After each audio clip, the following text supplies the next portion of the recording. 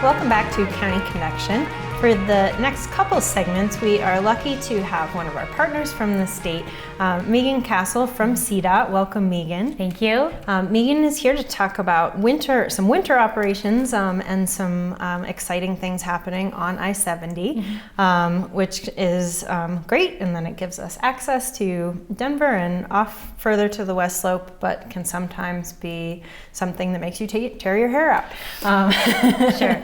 So, but CDOT has been working really hard to implement some solutions to solve the congestion problems that we see a lot on Interstate 70. And one of those is the new express lane. So Megan, what is the express lane? Sure. So the new express lane is the I-70 Mountain Express Lane. It's eastbound and it's 13 miles. It starts at Empire Junction. And again, it's eastbound. It goes through the Veterans Memorial Tunnel in Idaho Springs. Okay, great. And this is one of the areas where we see some of the worst congestion in terms of skier traffic on the back end of a big weekend or holidays. Sure. So this express lane is going to be open during the peak travel times in high congestion. So Saturdays, Sundays, and holidays. And it's only going to be running about 73 days a year, but it's there to help with those peak congestion times, especially on holidays and for those skier traffic and our summer traffic too. Okay, and tell us how this actually works physically. So what are people going to see out there? Sure. Well, there's going to be a lot of signage on the highway that's indicating where the express lane is, and it's going to be on the inside shoulder, and it's using the actual shoulder. Okay. So you'll see signs that tell you as a driver that the express lane is open or closed. So obviously when it's closed, you don't want to enter it. Right. But when it's open, you're going to see what the toll price is, and so you'll know if you want to make a choice to use the lane or not. Okay, and so so on one of these busy, say, Sunday afternoons, if I'm sitting there in traffic and I'm going, say, 5 miles an hour or what have you, then I'll have the option to pay a toll and get into that lane. And so, but the price does change, so it's not always the same toll. Right. So you're going to enter the express lane at Empire Junction, so where US 40 or it comes into I-70, that's going to be where they'll enter, and also people coming from the tunnels, they'll be able to enter the express lane there. And you will be able to also enter in another area right before the Veterans Memorial Tunnel. So once you enter, you're going to stay in the lane. However, if you do want to exit to Idaho Springs, there is the opportunity to exit before exit 239. Okay. So you can do that. But otherwise, you're going to want to get in. You'll pay the price that is listed above, and you'll need to have what's called an express toll pass. Okay, and so what is the express toll pass? Sure. So drivers who have an express toll account and pass are going to pay the toll only. So what the toll is listed for the express lane when you enter it. If you don't have that, if you choose to use it and you don't have that, we're going to bill you using license plate tolling. And so that's going to be the toll plus administrative charges in order to do the back office, to mail you the bill, to take the photo, and to process that. So you're going to save money by having an account, and you can go to expresstoll.com and set up an account, or you can call them and set up an account, and that is good throughout Colorado's express lanes.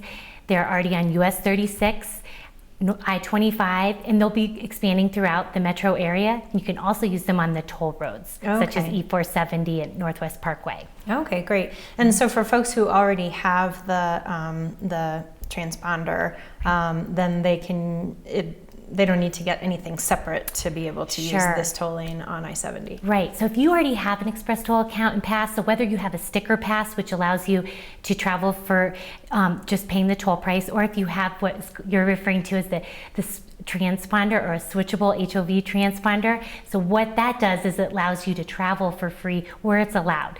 On the I-70 Mountain Express lane, there will not be free HOV. This is a recreational corridor. People are already not driving as solo commuters. Right. And so free motorcycles, free carpoolers will not be allowed in there. Also, just wanted to mention trailers and trucks that are bigger than 25 feet will not be allowed to use the lane. Okay. So this is meant for passenger type vehicles and vehicles under 25 feet. Okay. But you're going to want to enter that lane, again, with your express toll pass. If you happen to have the switchable transponder that you use, then you would just switch it to the toll mode, and you would be able to travel in there and just have it processed through your express toll account. Okay. And then, so the toll itself is variable. Is that so to kind of manage the speed through the lane? Can you explain a little bit how that works? Yeah, so on most express lanes in Colorado and throughout the nation, the toll price is set based upon time of day and usage, and it corresponds typically to how many cars are on the road. Sure. Well, this is not a commuter traffic. This is not a commuter highway. This is a recreational. And so it's the first in the nation to not only be in the mountains, but also to be a tolled express lane that's just for recreational users. So we need really different traffic patterns than Right. a lot of tolled roads we see throughout the country. So it's different traffic patterns, but also behavior. So we need to see if people are interested, if they're going to invest in their recreation, if they're also going to invest in their transportation. And so we want to have the flexibility to price the toll so that we get just enough people in the lane so that it moves at about 45 miles an hour, but not too many so that it would go too slow and people would pay a toll and not be able to get reliable travel time. Sure. Okay. So there have been some questions about, well, gosh, this is a shoulder. So what happens when we need to use the shoulder for some of the things that we traditionally think of it as being used for, like accidents or emergencies? So what happens in those situations?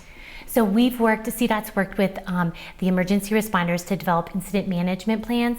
And so in the event of an accident or a crash or an incident, they'll be moving traffic through whatever lane is open. And if they need to flush out traffic through the express lane, people will be moved through there and they won't be charged a toll. Okay. And also if you're in the lane and a traffic accident happens, your toll would be waived too if you were affected. Okay.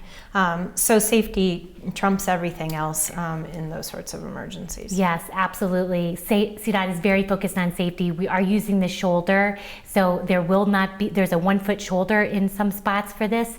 There are pull-off areas, and we're working with the emergency services to make sure that we're going to be able to respond as quickly as possible to any type of incident that will happen. But certainly because of the lack of shoulder, this is going to add additional challenges. Right. So where can people get in touch to learn more details or just kind of soak this all in and read it to find out more information from CDOT? So if you want to learn more about express lanes, especially the Mountain Express Lane, we have fact sheets and we have information about when it's available. You can also sign up for what we call Gov Delivery. So you can get an email text, or you can get you can get an email or a text that will tell you if it's open or closed. Okay. So go to expresslanes.codt.gov and you'll be able to find out anything about express lanes. And if you are interested also in signing up for a pass with Express Toll, you can go to expresstoll.com. Okay, great. And that's definitely, if you think you might be interested in using the express lane, definitely get the pass rather than using kind of depending on the license plate. Right. CDOT is really focused on two messages: how to use this lane, because it is so different from all other lanes. It's only open certain days of the week and it won't be open all the time. And also we want people to get a pass so that we can ensure that they're just paying the toll and they're not paying extra. Right. All right. Well, do you have anything else to add about the Mountain Express Lane, or have we? So the Mountain Express Lane is scheduled to open in December, and you can find out if it's open by going to cotrip.org. And again, you can go to CDOT's website and sign up to get email or text alerts if it's open, but you'll be able to find out information at cotrip.org. Also, the CDOT Mountain Radio, which is off of CoTrip, will be talking about the express lane and give up-to-date information as well. Great. And that is a great resource for people just in general, in addition to the express lanes, for all kinds of road conditions and information as they're traveling up and down on the weekends through the corridor. Right. Absolutely. Excellent. All right. Well, thanks so much, Megan. We are going to take a short break, or Megan, I'm sorry. And when we come back, Megan's going to be with us to talk about the traction laws.